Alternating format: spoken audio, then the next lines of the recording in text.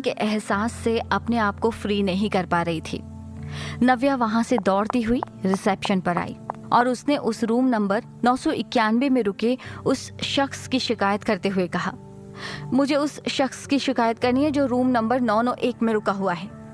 Receptionist को पहले से ही पता था कि रूम नंबर 991 हमेशा मिस्टर साहिल सहाय के लिए ही बुक किया जाता है और उनका किसी के साथ इस तरह का बिहेव करने वाली बात पर कोई भी भरोसा नहीं कर सकता था। रिसेप्शनिस्ट ने नव्या से कहा, तुम जानती भी हो उस रूम में कौन रुका हुआ है? नव्या ने गुस्सा होते हुए कहा, I don't know and I don't care. बस मैं इतना जानती हूँ कि उस शख्स ने मुझे जबरदस्ती किस किया। रिसेप्शनिस्ट ने हंसते हुए कहा, नव्या तुम होश में भी हो? वो शख्स आज तक कभी किसी लड़की के चक्कर में न्यूज में नहीं आया।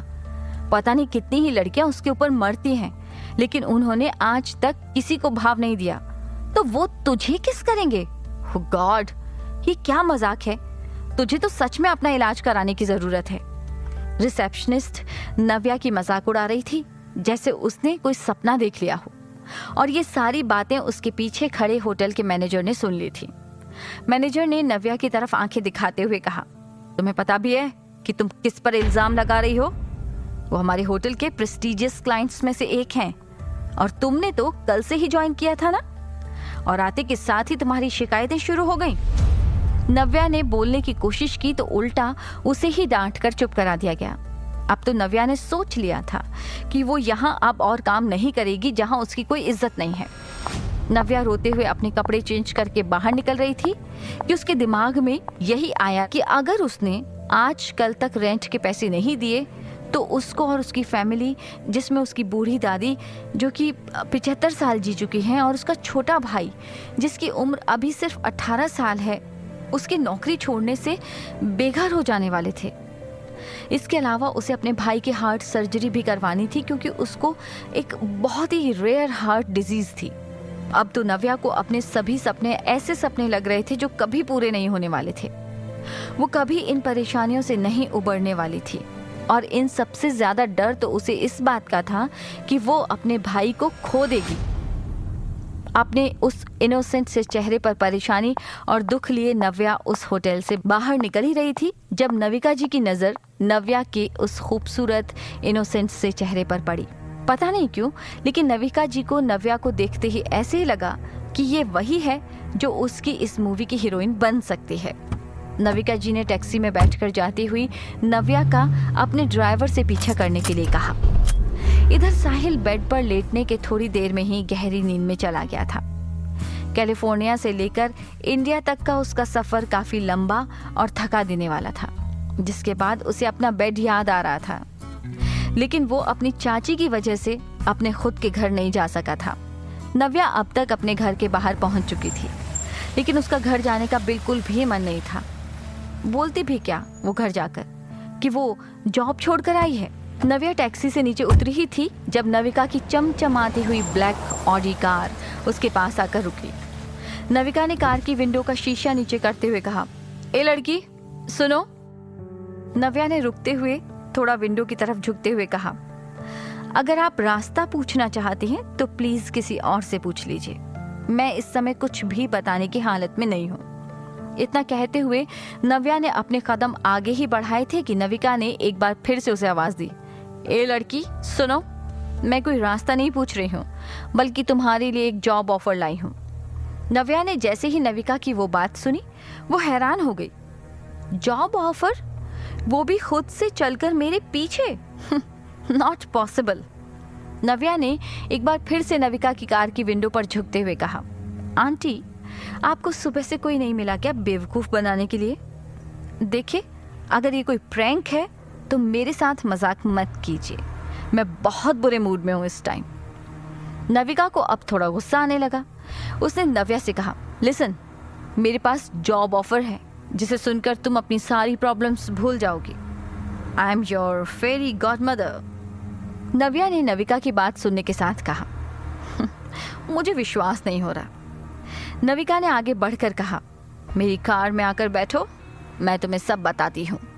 नव्या ने नविका से कहा, देखिए आंटी, आज सुबह से मेरा दिन बहुत खराब जा रहा है, तो अच्छा होगा कि आप और मैं किसी रेस्टोरेंट में बैठकर बातें करें।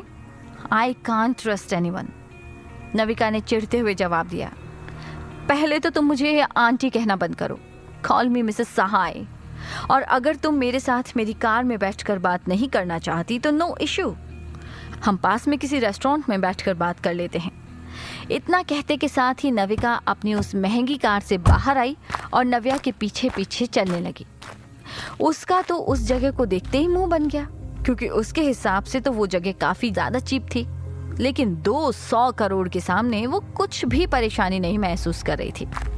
नव्या चलकर अपनी ही लोकेलिटी के एक छोटी सी चाय की दुकान पर आकर बैठ गई और उसने शॉप के मालिक को आवाज देते हुए कहा, काका 2 चाय प्लीज।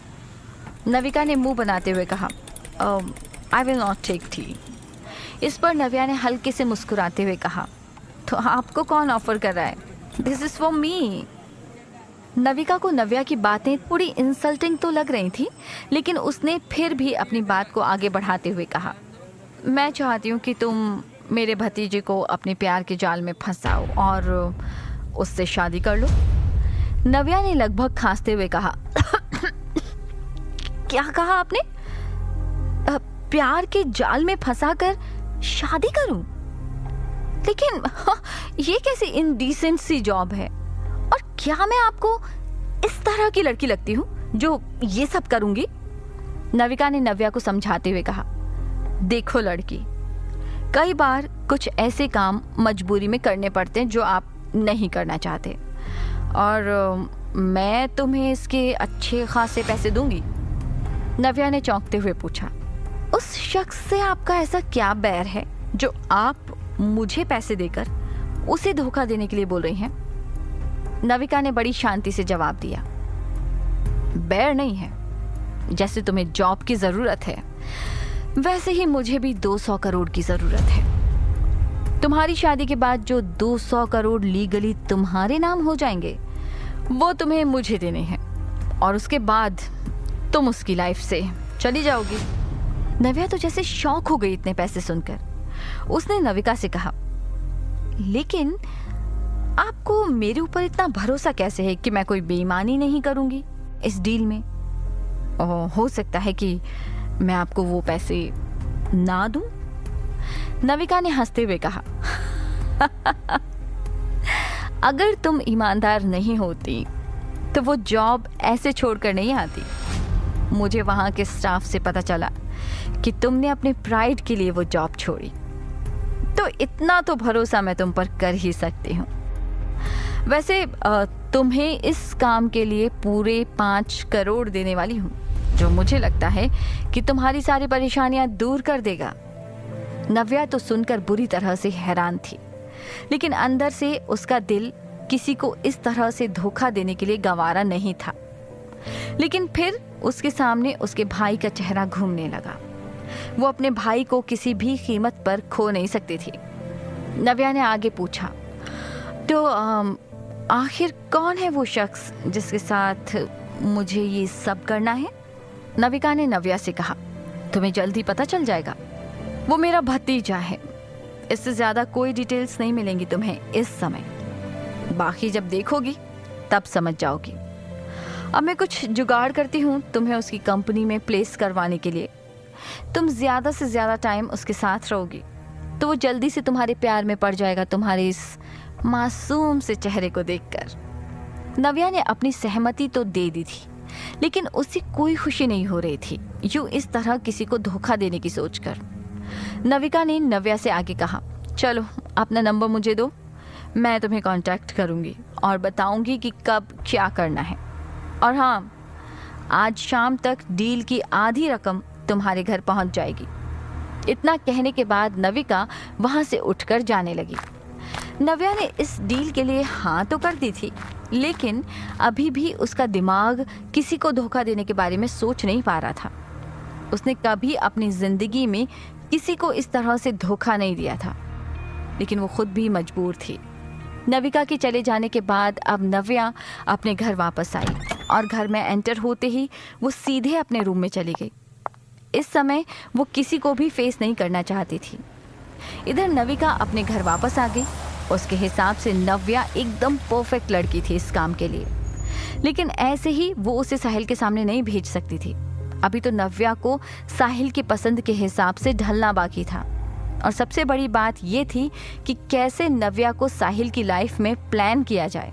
नविका ने ये सब बातें अपने पति मिस्टर निहाल सहाय से डिस्कस की। असल में मिस्टर निहाल सहाय, जो कि रिश्ते में साहिल के चाचा लगते हैं, अपनी पत्नी मिसेस नविका सहाय के सामने कुछ भी बोल नहीं पाते थे।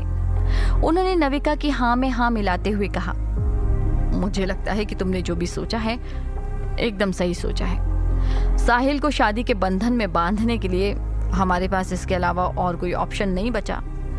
और वैसे भी डैड तो सब कुछ उसी के नाम पर करने पर तुले हुए हैं। पता नहीं हमारे समय का क्या होगा। समय सहाय फैमिली का छोटा बेटा था और साहिल का इकलौता भाई है, जिसके मॉम डैड नविका और निहाल हैं। समय अपने दादाजी का इंडिया से बाहर का बिजनेस हैंडल करता है। समय और साहिल लुक्स में बहुत ज्यादा सिमिलैरिटी है और दोनों की बॉन्डिंग एक दूसरे के साथ बहुत ज्यादा स्ट्रॉन्ग है।